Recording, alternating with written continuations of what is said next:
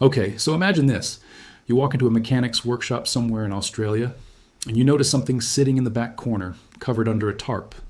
You ask about it, and the mechanic just kind of smiles and says, "Oh, that's just my personal rig." You don't think much of it. But here's the thing. That moment happens more than you'd ever expect.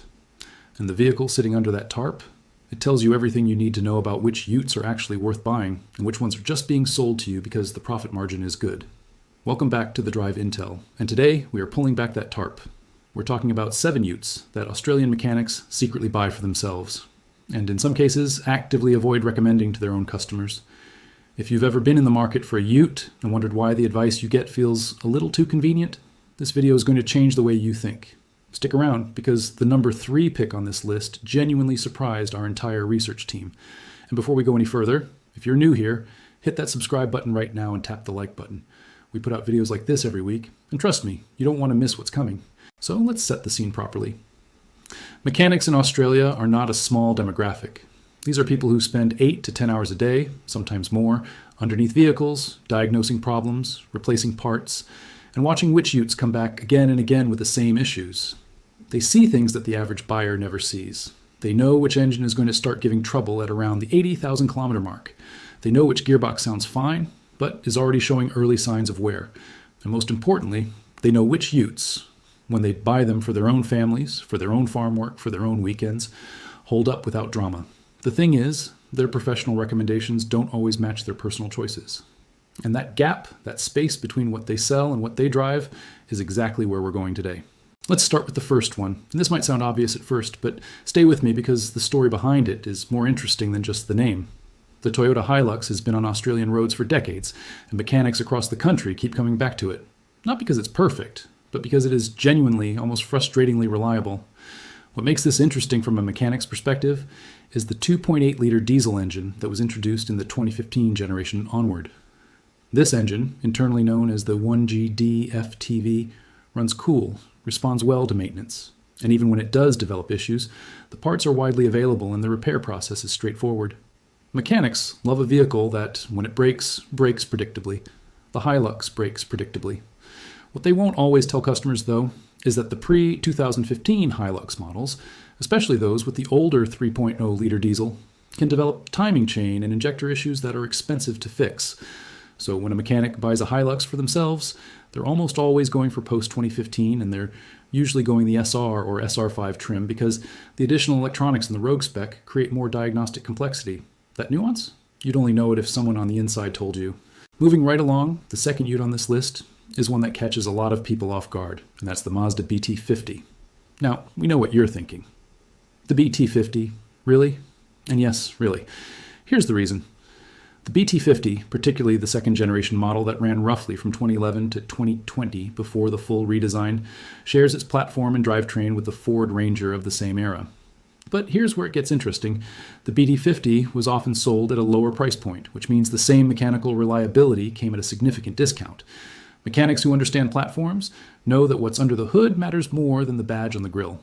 The 3.2-liter 5-cylinder diesel that lives in both the Ranger and the older BT-50 is well understood, well documented, and surprisingly tough. When a mechanic buys a BT-50 for their personal use, they're essentially getting Ranger-level bones at a used market price that's noticeably friendlier. The reason they might not push customers toward it is partly because fewer customers ask about it, and partly because the resale value story is harder to tell in a short conversation. But for private use, it checks every box. Now here's where it gets really interesting, and this is the one that made our research team do a double take. The third Ute on this list is the Isuzu D-Max, and here's what makes this choice so revealing. The D-Max has for years flown slightly under the radar compared to the HiLux and Ranger, but among trade mechanics, the ones who actually wrench for a living, its reputation is extraordinary. The reason is the engine. The 3.0-liter 4-cylinder turbo diesel in the D-Max is an absolute workhorse. It produces strong torque, it handles load without complaining, and its servicing intervals are forgiving compared to some competitors.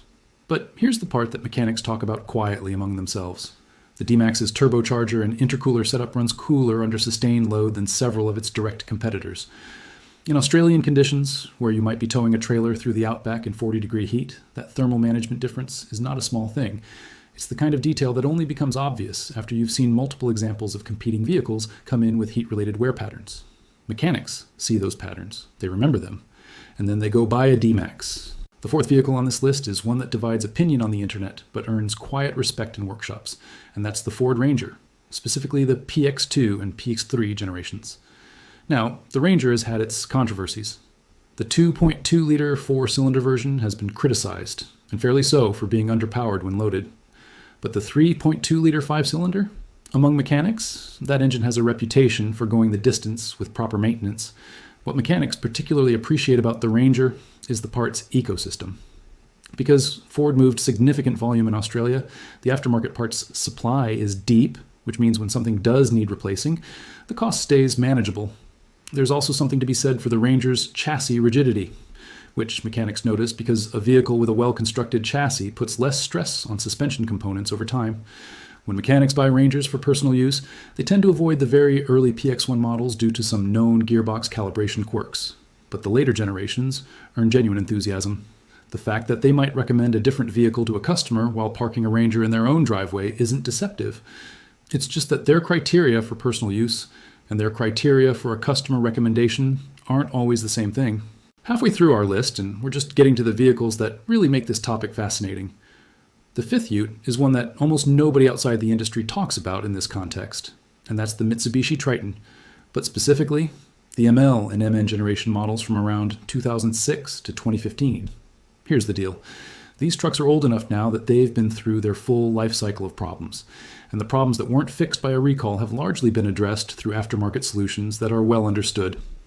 What mechanics love about owning an older Triton is the simplicity of the engine layout, the accessibility of key service points, and the fact that a competent home mechanic, which every professional mechanic is, can do almost everything on this vehicle in their own driveway with standard tools. The 2.5-liter four-cylinder diesel is not the most sophisticated engine in any room it enters, but it is honest. It tells you when something is wrong.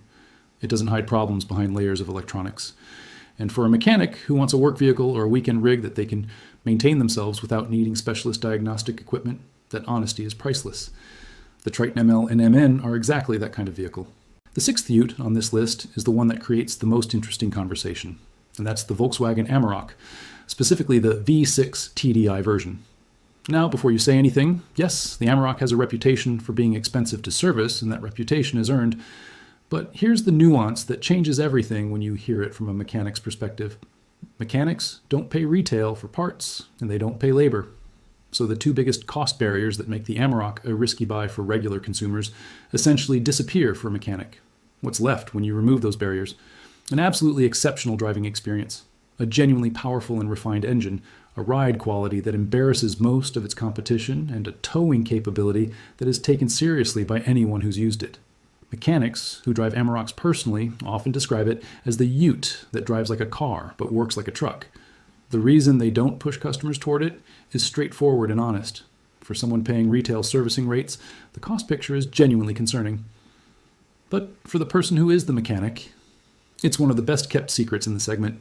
And finally, the seventh Ute on this list, and this one ties the whole theme of today's video together beautifully. The Holden Colorado, specifically the RG generation from 2012 onward, is a vehicle that gets almost no attention in the current conversation, because Holden is gone. But in workshops around Australia, this truck quietly keeps earning respect.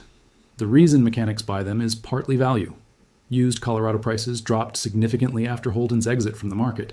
But more importantly, it's because the drivetrain at the core of the RG Colorado is the same platform shared with the Isuzu D-Max of the same era.